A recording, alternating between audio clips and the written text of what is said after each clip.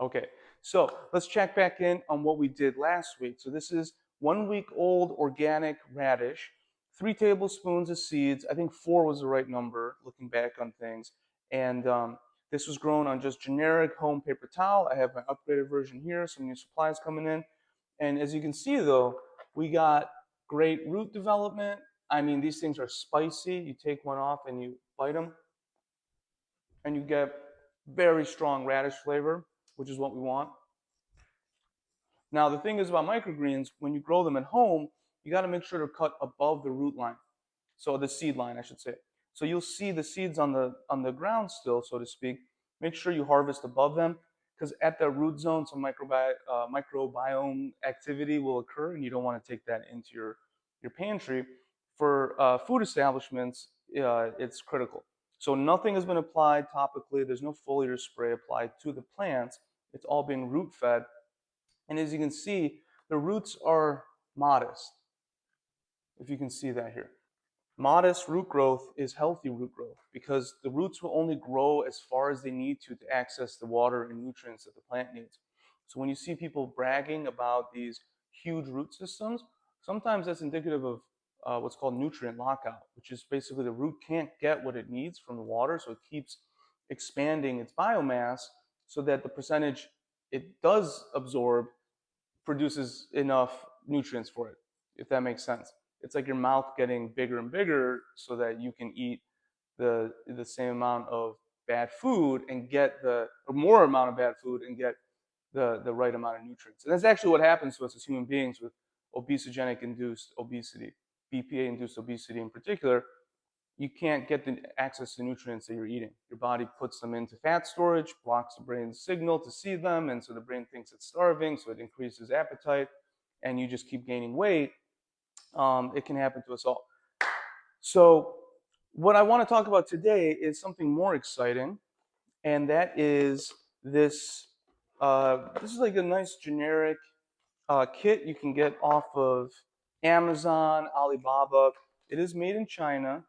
And however, it is a really good deal, as things typically are when they're produced there. This is a 3-piece kit that comes with a little lid, a mesh bottom tray, and then about a 1.5-inch solid bottom tray to hold your water.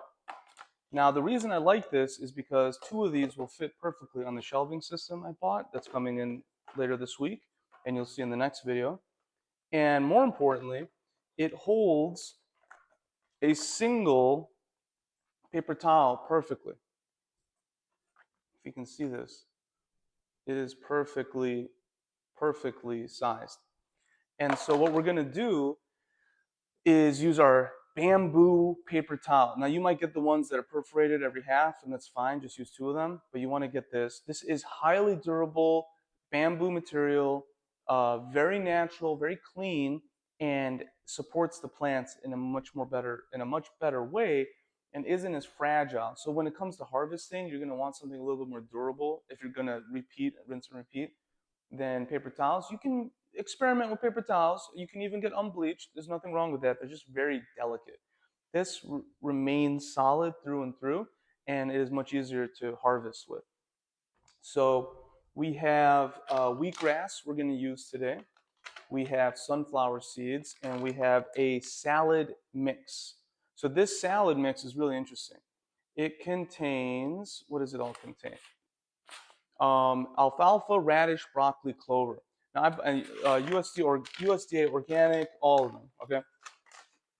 The reason I bought this salad mix is because I'm going to local restaurants and I'm going to be selling microgreens as a way to raise awareness of the vertical farming company, generate cash flow, obviously, but also establish relationships with these, high-end restaurants in Charlotte, so that when we get our farm up and running and there's more cool stuff, we have a perfect place to set those, like really nice ingredients to, mushrooms and seafood and other greens, so that word can get out to the community that we have this, this facility. Now, this salad mix, this is from Serenaseed. You can get them on Amazon. It's moderately priced. I love the branding, I have to say. And this whole kit is available as a list. I'll link it below this website. So you can go buy these. A 5-level tower with 20 of these trays and everything you need is like 300 bucks, which is with LED lights, which is basically as cheap as you can get. Um, but this includes the radish and broccoli together. So this is really important. The reason I planted radish is because I have a ton of radish seeds from our commercial operations where we grow a new generation of supplements. The supplements that we're used to buying all over the world, they're either over concentrated or over sanitized, and they basically don't absorb.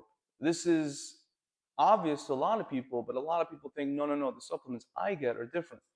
They're probably not, because it's the entire global supply chain, manufacturing process, technology platforms that produce everyone's supplement ingredients. Your supplement brands don't make their own supplement ingredients. They buy them from elsewhere. We grow our own supplement ingredients. And that makes us very unique.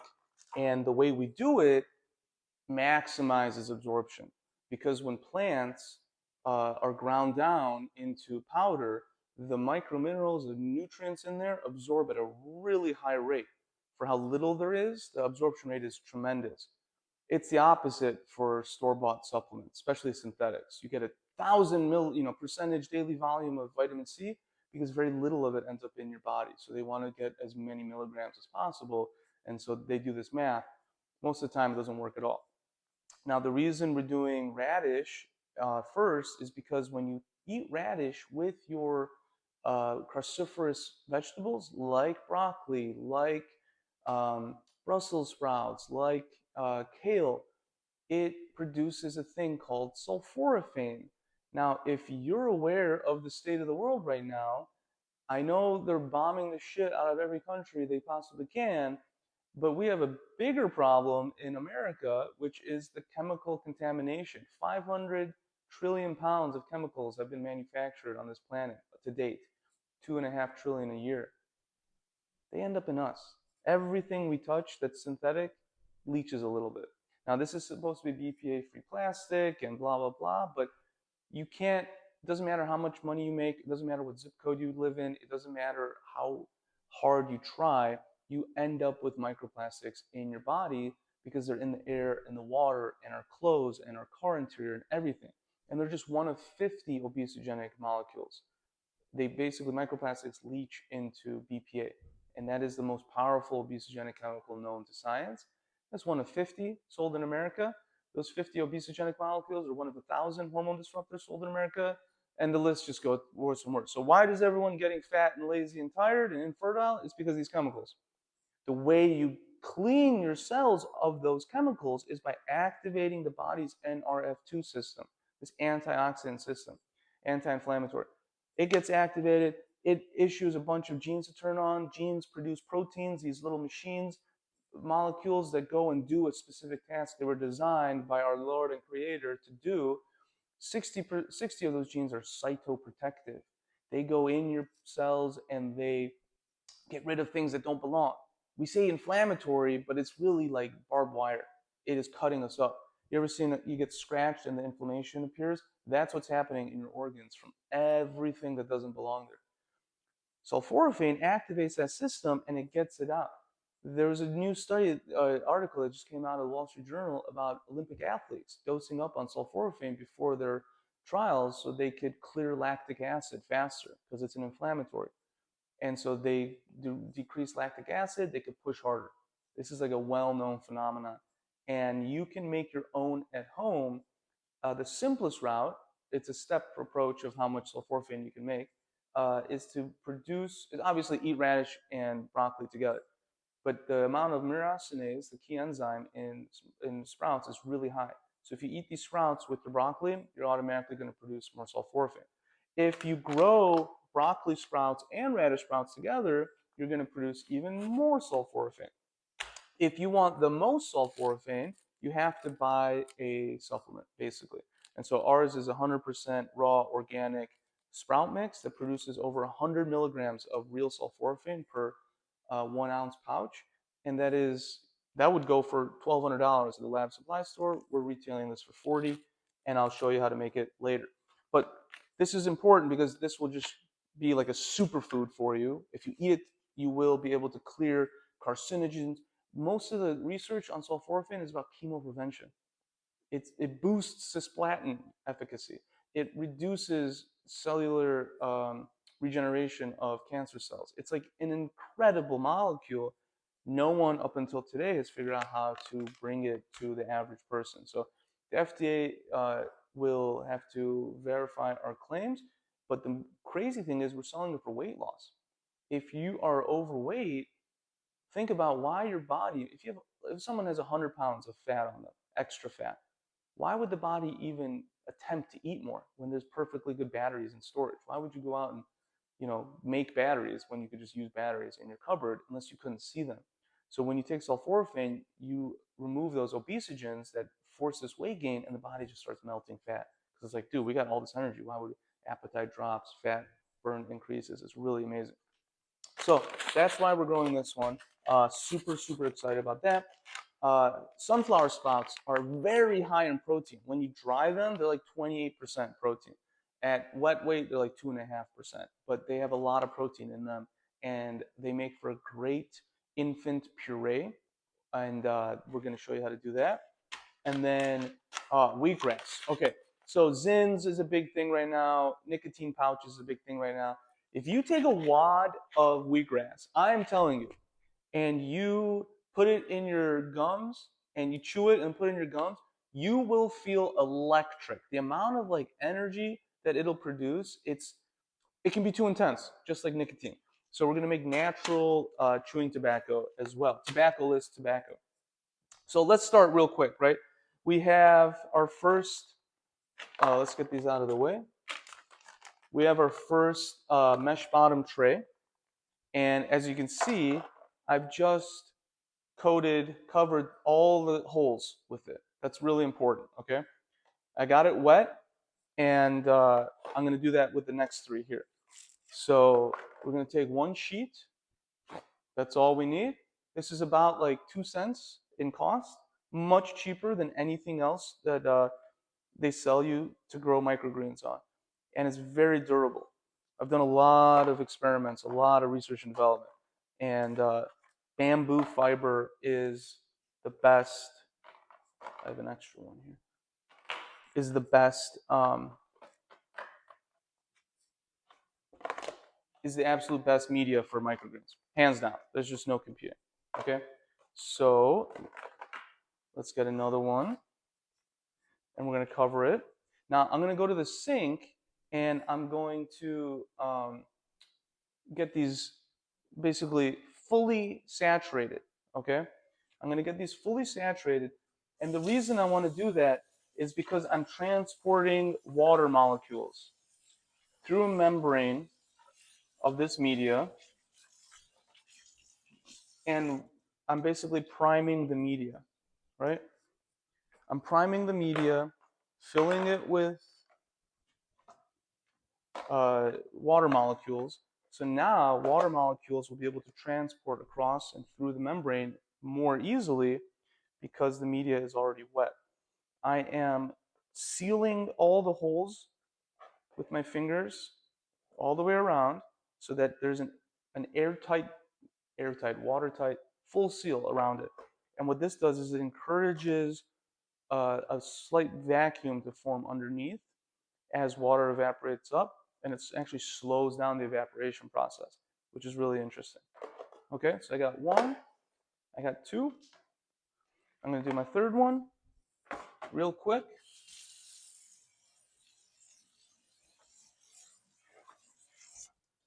Okay.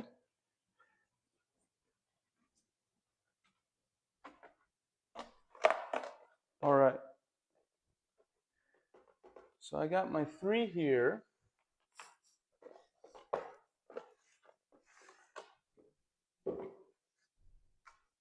I got my three lids. Now, two things need to happen, basically. I need to put these seeds down, and we want them to be flat. The media should be flat as possible. It'll save you a lot of, it'll more evenly germinate. and you want it sticking to the sidewall and going over, so when you put your lid up, it doesn't distort the field that you're growing on, basically. And so we're going to basically do 1 for 1. Okay. Um, Now let's take a quick sulforaphane break while I think about this. What's the best way to do it? This is our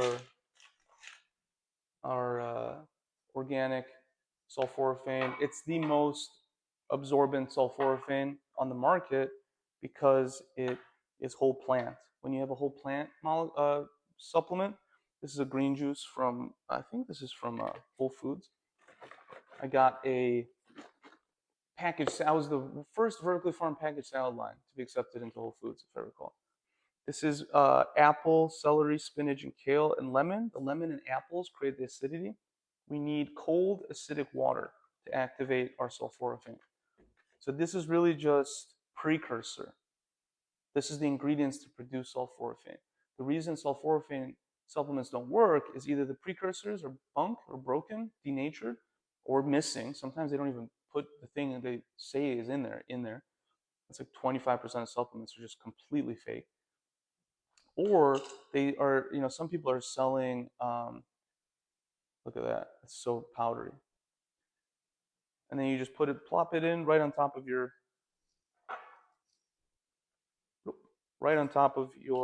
fruit juice, and we let it soak. We let it soak, and it's going to activate into sulforaphane because sulforaphane is a very delicate molecule. As soon as it's created, there's a half-life. It starts degrading quickly. And so by making it right before we drink it, we actually get the most sulforaphane. But because we're using the whole plant material, we have a process that keeps things super clean. You can't do that with homegrown crops at the FDA level, the federal level, the commercial scales. We're including all the other isothiocyanates, which are these defensive plant molecules like sulforaphane. There's a bunch of them. And so we have everything in there. Any sulforaphane-like molecule, we're not just taking sulforaphane and isolating it and stabilizing it, because that only gets you so much. We got the full spectrum. And it's a complex, meaning it's a complex of molecules that help the ones we want get to where they need to go because it's from whole plant. So we get always, by default, we have the highest absorption and the highest efficacy per gram of active ingredient. So this is just soaking, and you'll be able to smell it. It smells spicy. That means it's alive. You ever smell supplements and it smells like nothing? That means they're completely inert. If they don't smell, the molecules for smell are as delicate as the molecules for active pharmacological purposes. And so what we're really doing here is we're growing active molecules. That's the point of microgreens. The more flavor, the more beneficial molecules. So for our wheatgrass here, pour 4 tablespoons of sprouting seeds into your growing container, fill with 3 times as much cool water, stir, let soak for 8 to 12 hours. Seeds will only soak up as much as they need, so it's safe to be generous when adding water. So what are we going to do here? I am going to, so this 4 tablespoons is for something that big. So this looks like about half the size-ish. I'm going to do 2 tablespoons. And I'm going to soak in here. Because we are, I'm basically going to fill up the water level. Maybe I do that before I add my seeds so that it is just lapping at the top of the paper towel, the bamboo towel. This doesn't have any hot water, so it is what it is.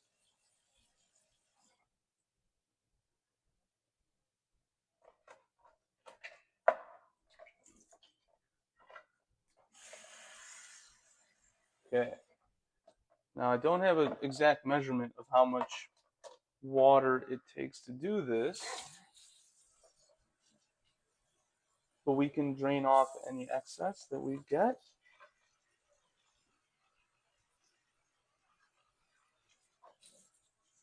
Do I have a leak in here? This thing is bigger than it seems. All right. Looks like about a pint of water, if I had to guess. Yes. And so when I do that, um, if you can see, you actually have to let the air leave when you put it in.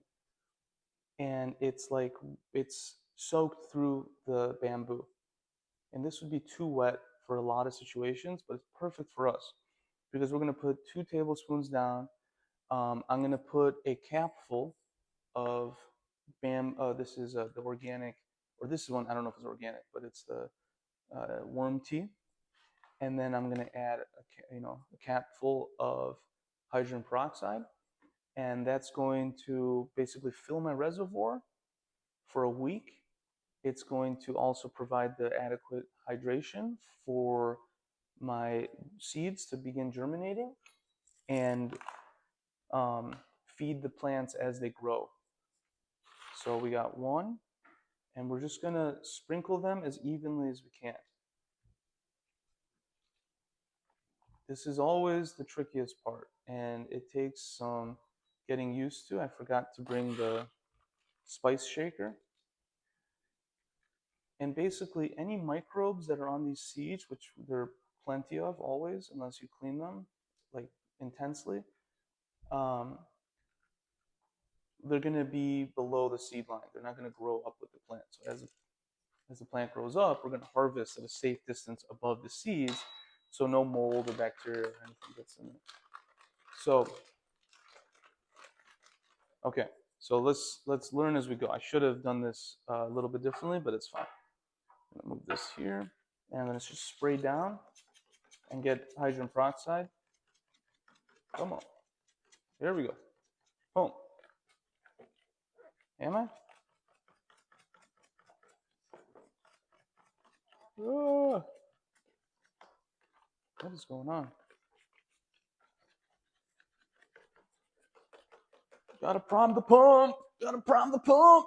It's not working. Okay. I don't know what. Oh, that's why. You forget, indoor farming is still farming. Things break. It's really manual labor in the end. There we go. Okay. So I'm just getting everything soaked in hydrogen peroxide. And basically, I'm letting it soak into the, just, drip down into the reservoir, which will then turn into air. I'm going to put a cap full of this stuff in the bottom, in the reservoir. So I don't want it on the, oh shit, seeds per, I probably should do 2. Let's be real. You can't over fertilize with natural fertilizers. Synthetic ones will burn your crops. Natural ones, they're low concentration, high absorbency, like natural human foods, human supplements. And so it's much harder to put too much of it in there. Two capfuls is still not a lot. And for the first week anyway, the seeds live off their own fat stores and everything, so it's fine.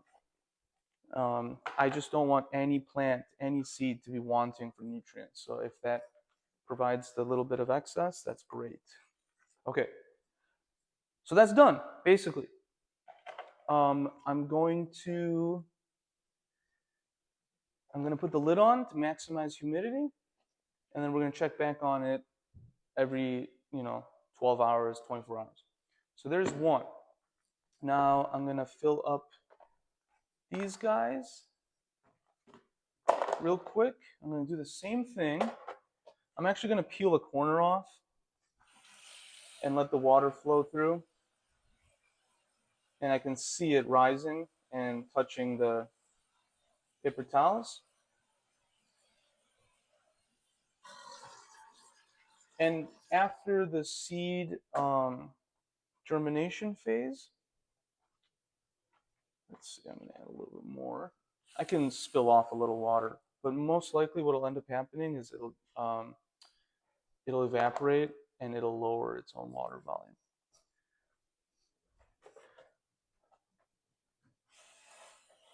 I think I should add more in there.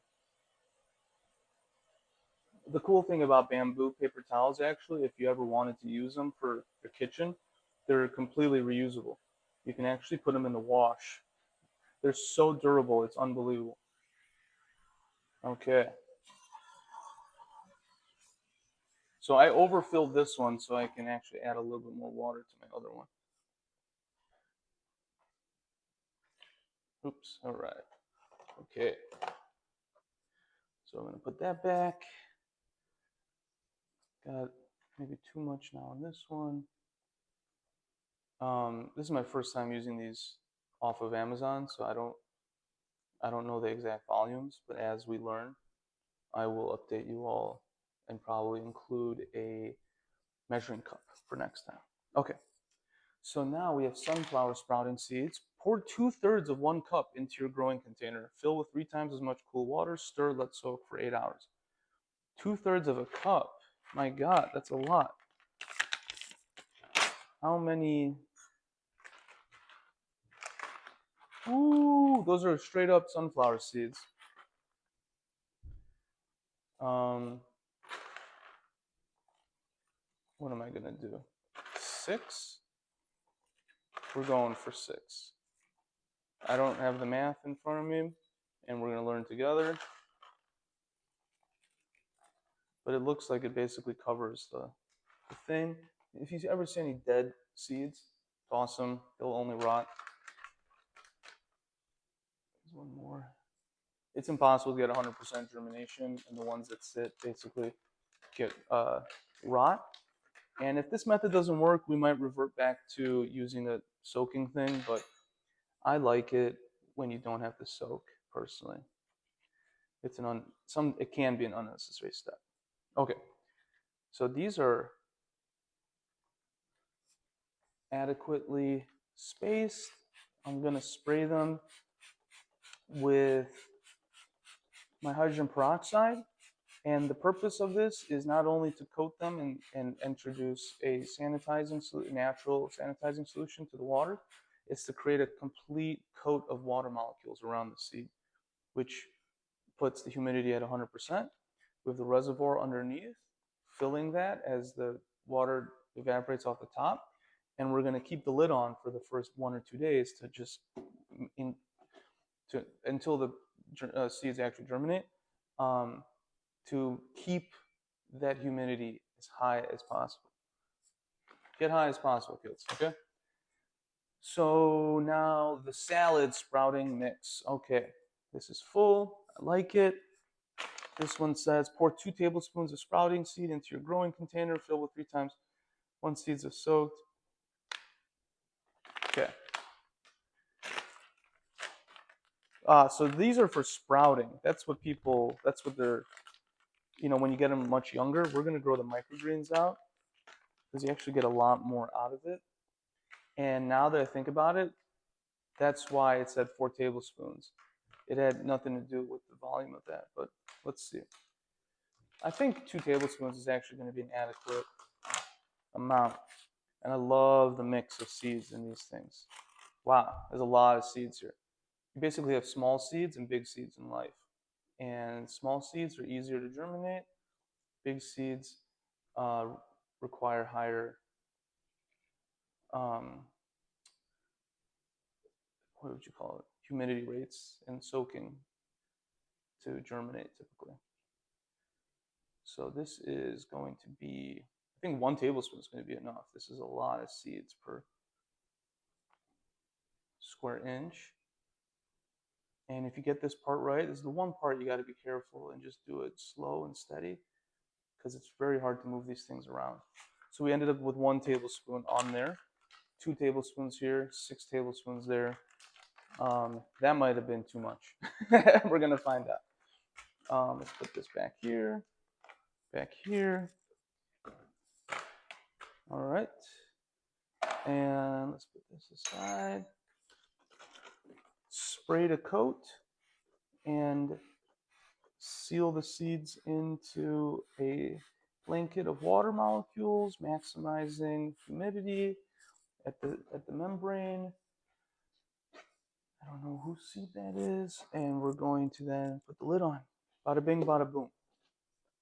So that's how you do it fast. That's how you do it safely for microgreen growth. Let's get this water cleaned up. All right. I'm very happy with that process. I think that looks great. We have, now let's get into it. This is our, you can see it's settled.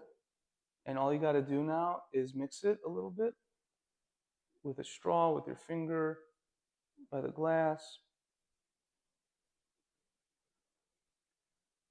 I'm going to use my finger. Oh, you know what? I'll use the bottom of this thing since I'm done.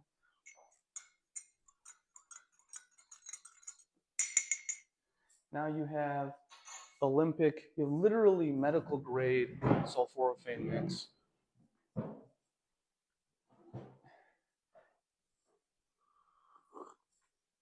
Oh, spicy.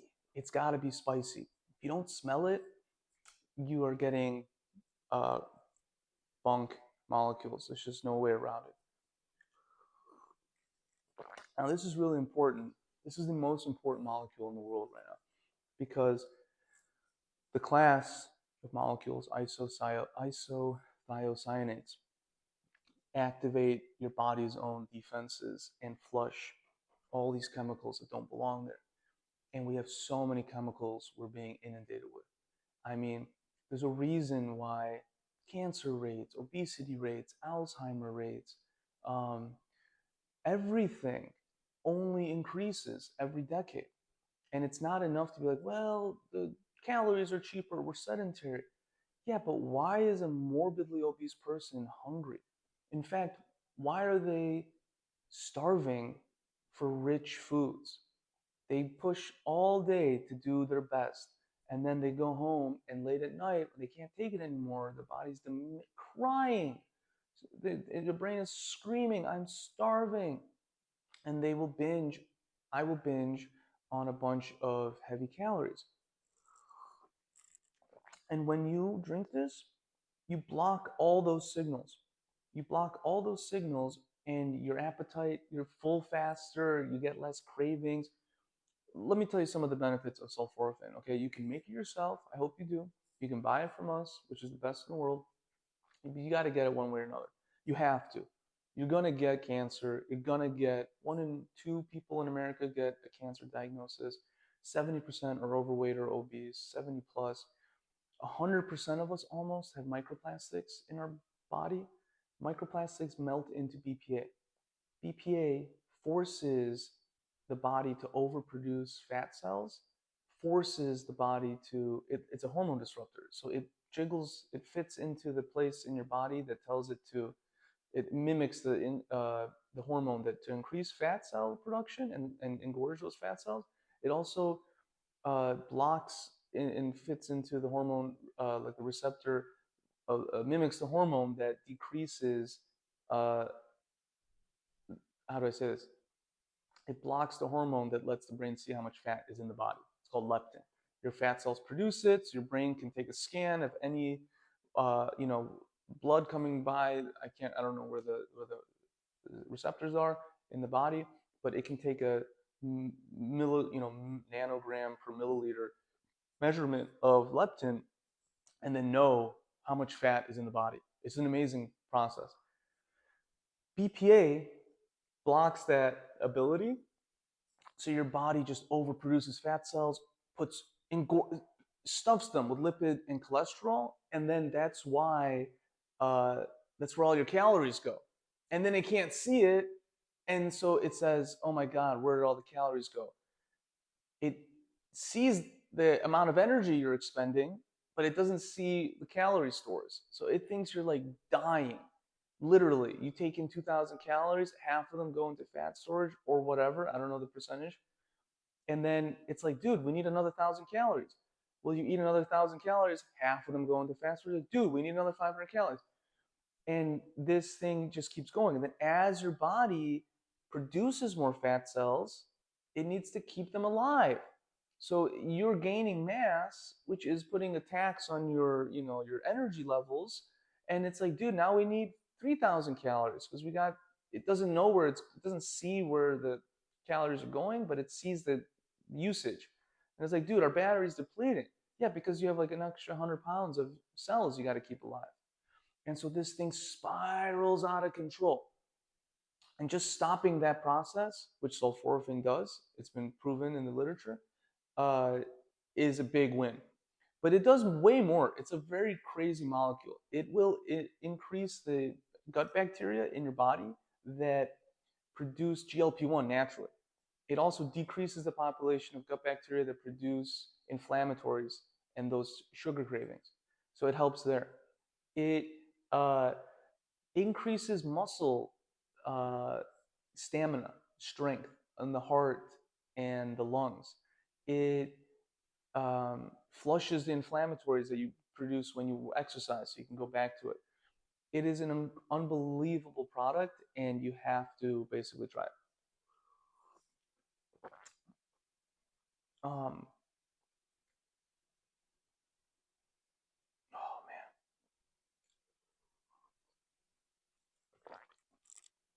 So yeah. So what else is going on in the world? We started bombing Iran this weekend. I was born in Tehran. I'm Iranian, American.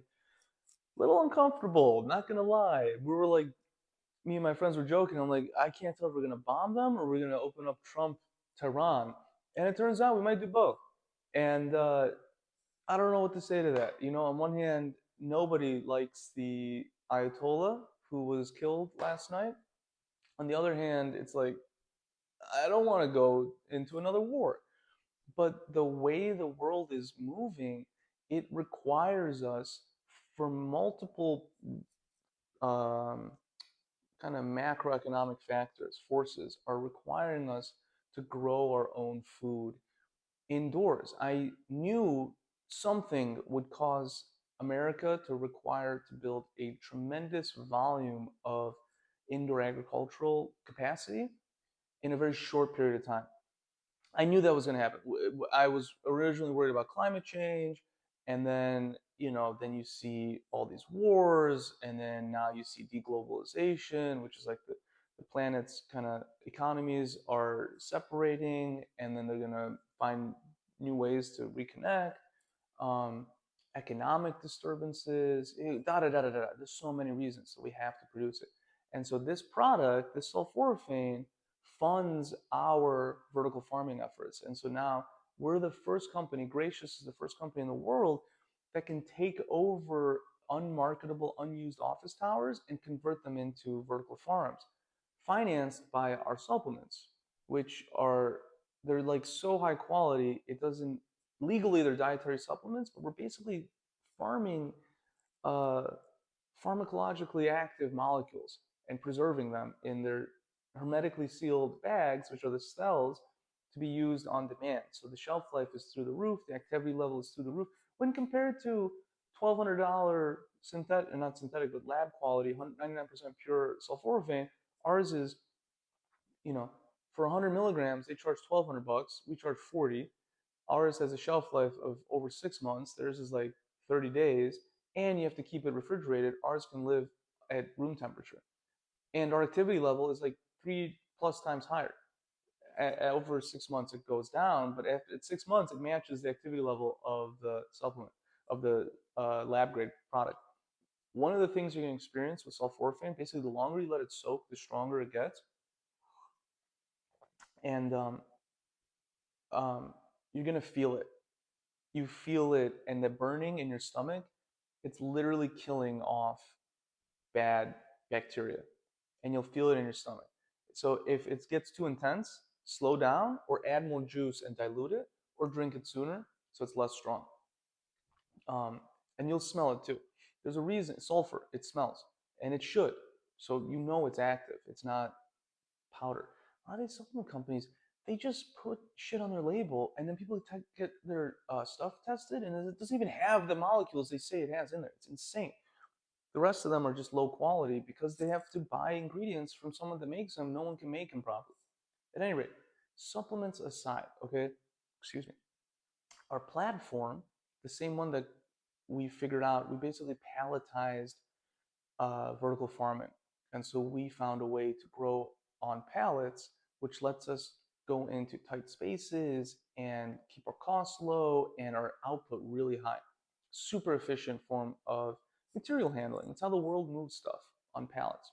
So I knew when the time came and we had to expand very quickly our indoor farming capacity, we would have to use material handling equipment because it's everywhere, it's standardized, it's proven, it's fits into every building. It's just got so many. It's already how we move stuff. Forklifts. We just use pallet racking, pallets themselves. All these other vertical farming companies, they've gone into like insane automation. Even the guy that bought mine back in Chicago, Wilder Fields, he bought my company. I got my salad into Whole Foods. He bought us. I said, peace. I'm never touching salad again. I moved down to Charlotte. Then COVID happened. And then I started growing supplements. And here we are.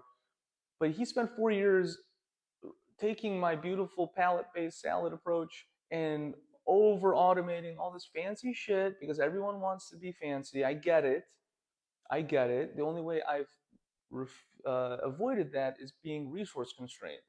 I never had the capital, access to capital until, God willing, tomorrow, where I talk with a Saudi Arabian venture company, which I hate to say this shit, but I hope they now see the importance of indoor agriculture because things are getting dicey. This is not going to be the last conflict of the next 10 years. And in the output of this, the sulforaphane is going to become basically a chronic disease supplement to prevent these chemicals. Chronic chemical exposure causes chronic disease. That's the basic gist of this business point of view. Woo! Spicy. Um, but we can grow all sorts of other stuff. And leafy greens. We're going to take this. We're going to microgreens are what we can grow at this stage right now. We're in site selection, so we're looking for buildings that meet our requirements, are a good price, but also are in cities whose zoning boards will work with us. It's like you're not zoned for agricultural manufacturing in an office tower. It's a very very different thing. Anyway, we'll be able to grow packaged salads, which will immediately mog, if you will, all the the vertical farming companies that already exist because like they're struggling just to grow salads. Like they didn't even know you can grow supplements. They're like they can't imagine growing supplements. And supplements is what unlocks the opportunity. It's what finances the ability for us to grow salads, and not just salads. We're gonna have teas, so you'll get the dried herbs, and you can, in a pouch or whatever, and you can make teas. We're gonna have, what else are we gonna have? Um, this like the packaged salad, maybe one or two microgreens, maybe one or two other things, and then mushrooms. We're gonna grow mushrooms. We're gonna grow infant puree, like I'm showing you how to make some yourself. We're gonna grow livestock feed for dairy cattle, and they don't want wheatgrass. They actually want something close to wheatgrass, but it's not the same thing. Excuse me.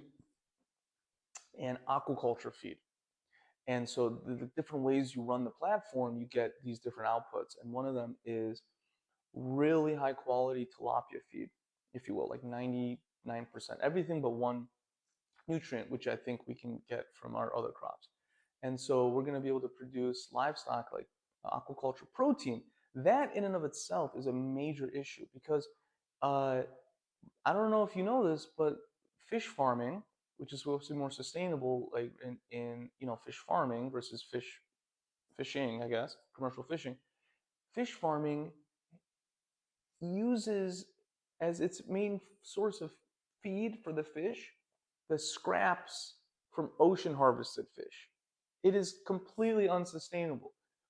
And that needs to change. So like we're going to solve that problem too. And then but also be able to let countries like Saudi Arabia grow their own livestock feed, grow their own for their own dairy cattle, their own goats, their own lamb, and their own fish. It's a very important ingredient in this solution. And then we're going to grow um, the output of seafood, right? And we're going to definitely grow tilapia as like the staple. We're going to grow experiment with rainbow trout here in Charlotte or North Carolina, and but you can do all sorts of interesting stuff like shrimp and um, shrimp and maybe oysters and crab and all sorts of stuff. It's all recirculating aquaculture, and we can uh, imagine or reconfigure our systems to grow these different things. The question is density and output. So we'll experiment and we will push it, and we will, because our water is going to be really clean and because our feed is going to be really high quality, we think we can get really high output, but we'll see. Definitely tilapia for sure, because it's about safety. It's about food security and food safety. It's about providing enough protein and calories to keep a population alive and healthy and thriving. And then the output, the waste streams of this are going to be organic fertilizer, which will help feed existing organic farms, convert uh, non-organic farms into organic farms. We'll see. But also, what I'm really excited about is a soil remediator. So the waste of our mushroom growing and um, some of our red wigglers and the beneficial bacteria that we're using throughout different systems will be put into a single product that can be spread out over um, like brownfields. These are like industrially polluted sites that need to be reclamated according to EPA standards to then, you certainly, if you want to farm on there or put housing or whatever. Um, and it'll, there's been good science to show that different mushroom spores or mycelia can like uh, clean up certain toxins. Red wigglers can clean up certain toxins, and then of course bacteria. And so we're really excited. But that's a waste stream. That's stuff that we need to get rid of. So we're just going to give it away, give it away, give it away because we got to get rid of it. And the more people that use it, the more there's a lot of places it can go, which is good because we don't want to build up any of that stuff on site. We want to get rid of it and put it to use. So that's one of the interesting things about a mixed use vertical farm. Yeah, I could go into a warehouse, and I tried and I thought about it for 6 months. Just start, uh, that's the plan, is to start with supplements, just generate cash flow and then get going. But once you start a supplement farm, any indoor farm, you can't just move it. It's it Moving it really means destroying it and then creating a new one. There is no moving it. It's destroy and create. So you get twice as much, pain in the ass.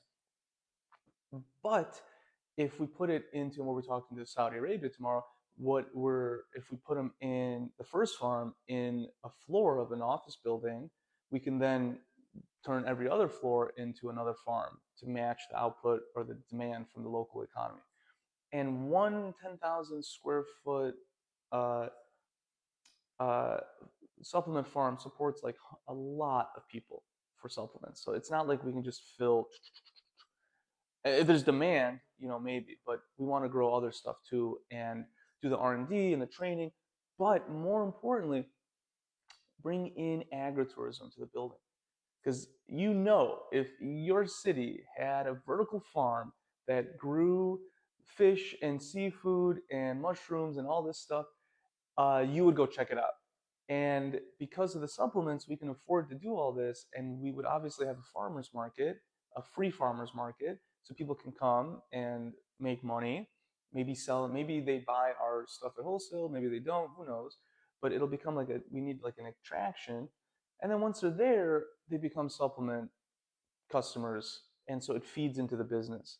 And since no one else in the world can profitably retrofit an office tower into a vertical farm, it creates this moat that others just cannot compete with. Like if you want to compete with us, you'll have to grow your own ingredients in a vertical farm because that is our ingredients origin story, and that is the reason they're the highest quality supplements in the world.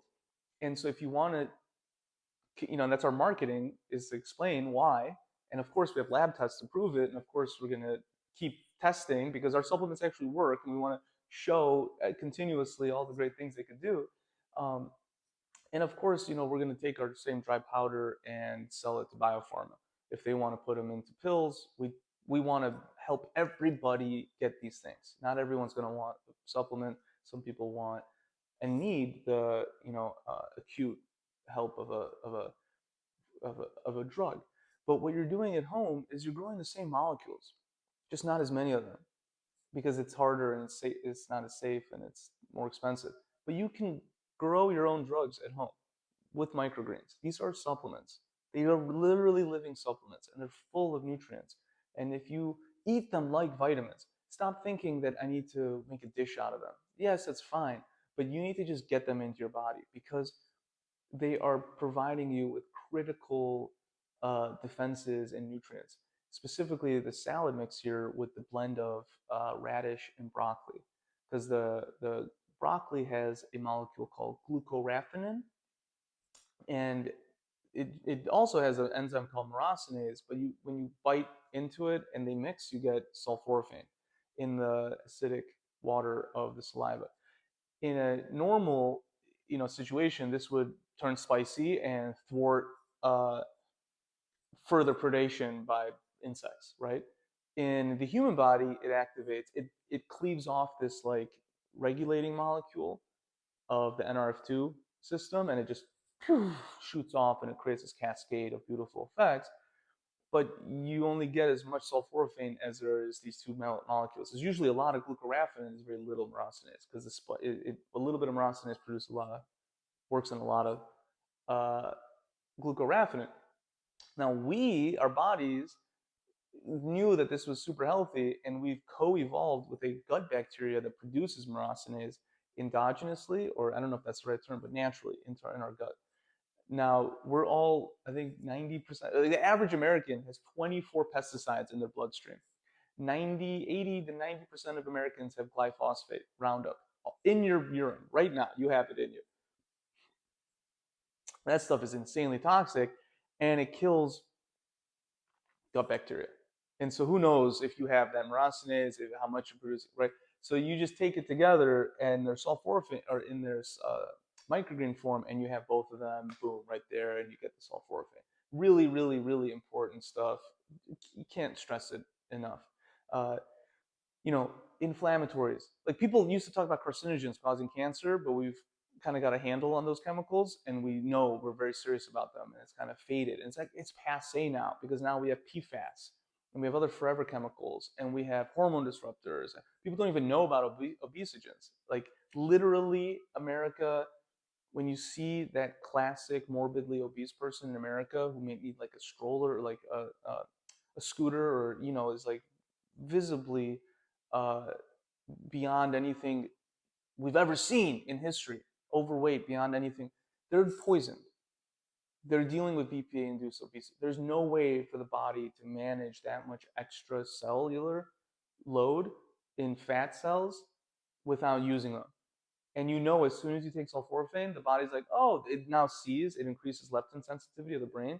And so it sees the fat cells, the concentration of leptin in the blood, more fat cells, more leptin. So it's like, whoa, we got a ton of energy here we can use. Yeah, we need less new calories, and it'll decrease your appetite. It's really amazing. And so you see the result. When you get rid of these chemicals, one of the first benefits is weight loss, effortless weight loss, basically. Now, if you're got that's on the morbid side, and you come down, and now if you've got those last 5 or 10 pounds like I do that will not go away, you have to have a diet or an exercise regimen that'll take you all the way. But the sulforaphane unblocks it. Even if I eat it as I eat it right now, I can feel it burning my belly fat. I have 3 kids. I'm an entrepreneur. Unbelievable amounts of stress. It would crush other people. I get activated. I'm anti-fragile, unfortunately or not, but here we are. And I have that little bit of belly fat, right? And without exercise, I'm not going to really be able to get rid of it. But if I have sulforaphane, I can exercise like a normal human being, and it'll go away because I've removed the obesogens that are in everybody right now. You have them in your body. 90% of people have BPA. It's just one of 50 obesogens. They're everywhere. There's no avoiding it. Almost 100% of people have microplastics in like every organ, and they just melt into BPA. And so BPA is so bad. It's such a powerful obesogenic chemical that when scientists want to study something like an Ozempic, well, they have to get an obese mouse first. There is no such thing as an obese mouse out the womb. No one's born obese. Think about this. You might have the genetic predisposition to it, but no one's born obese. You have to become obese from environmental conditions. So they get mice that have that genetic predisposition for obesity, and then they feed them a high-fat diet, which is corn oil, 60% fat, and then they inject them with BPA, and it takes the weight gain and it induces obesity, and it takes their weight up and their BMI, I guess, up as well, right? And so you got to get them obese first, and then you can test your stuff, heart disease medication, whatever it is. You got to get them obese first, and it's literally called BPA-induced obesity in their specifications of how they set up their experiment so that others could test and verify and so on. And that's what we all are. We're all facing this. Now, if you don't have that stubborn fat, maybe you're one of these people with high liver function, you're able to flush, you get enough BPA exposure in 2 days in America to induce obesity. And then it's just a question of how much can your liver get rid of it. And eventually, as depending on your genetics or your diet or your age, it slows down and starts losing that weight or losing that battle. That's why we all gain a pound or two every year, no matter what. And you can feel it when you eat something and you just get fatter. It's because you have obesogens in your blood. I promise you. I promise you. It's like you're not supposed. That's not normal. That's not the way it's been for all of history. It's just that we produce 6 billion pounds of BPA alone. Where does it go? 2.5 trillion pounds of chemicals a year globally. Where do they go? They go in the air, the water, our food, us. So we're all literally contaminated. And we don't even talk about neuro disruptors. Oh my God, why is Alzheimer's? We can't get it controlled. Oh my God, autism, why is it going up? Because there's chemicals that cause those things in you. And they build up in the environment because they don't degrade quickly. So every generation is getting exponentially more exposure in the womb and throughout their whole lives, and we're at a tipping point. Why is fertility so low? Because hormone disruptors are lowering people's libido, destroying testosterone. You could say we're not horny anymore. You would fight through wars to make love to your lover, and then babies happen, and you're excited, and then you got to figure out how to make it happen. Here we don't care because I guarantee you it's because of hormone disruptors. Anyway, BPA for those people that are athletic, machines, and they're going and because you have to be in America, you have to work out like a psychopath to stay skinny, get and stay skinny. You can lose a lot of weight, but to get fit, you have to be in a sauna with a weighted vest on a bicycle. It's insane. That's not normal. All that clothes, the synthetic polyester people are wearing, polyester is made with BPA. Guess what happens to BPA exposure when someone's wearing polyester? It leaches into the bloodstream through the skin. Guess what happens when they sweat? They leaches more. Guess what happens when the polyester is recycled? It leaches more. So everyone's wearing these hormone disrupting outfits, and we should have known. You're not supposed to look sexy at the gym. And because people that sell you that product, they don't care about you and your health. They're trying to sell their cheap polyester shit. And so they're using sex, right? And so, of course, their product is low quality. Of course, it leaches. It's not food grade, right? It's a big problem. And so we just don't know about this because no one's talking about it. It's driving me crazy. Gracious will put that conversation out there, and we're going to help everybody get these things out of their system while we clean up the whole global supply chain. That's the problem. But for you psycho athletes, the Wall Street Journal just did that piece on broccoli juice in the Olympics. Sulforaphane will help you recover faster, get more gains, and flush the hormone disruptors in your spandex.